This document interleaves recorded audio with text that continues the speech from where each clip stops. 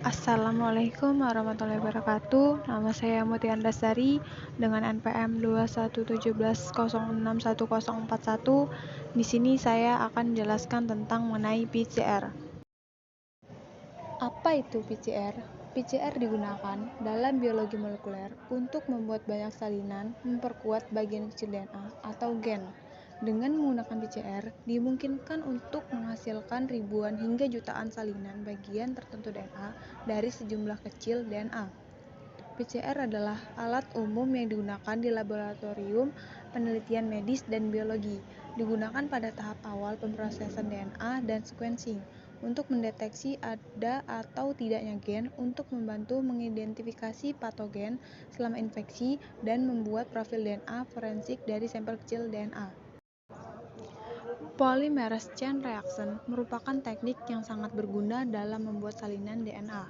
Dengan alat ini memungkinkan sejumlah kecil sequence DNA tertentu disalin berkali-kali untuk diperbanyak sehingga dapat dianalisa atau dimodifikasi secara tertentu.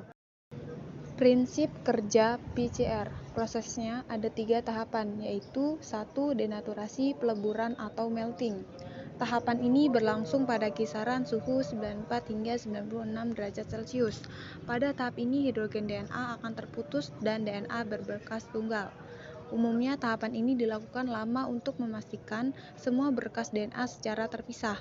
Pemisahan ini menyebabkan DNA tidak stabil dan siap menjadi template patokan bagi primer untuk ditempel.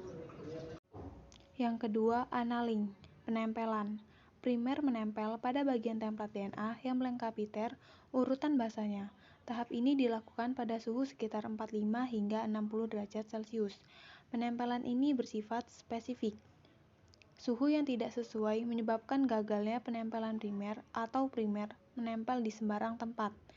Durasi tahap ini 1-2 menit.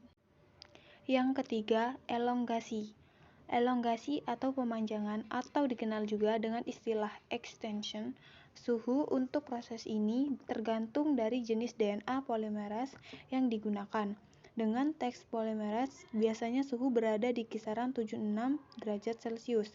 Proses ini terjadi setelah tahap annealing atau penempelan. Sekian penjelasan video dari saya akhiri. Wassalamualaikum warahmatullahi wabarakatuh.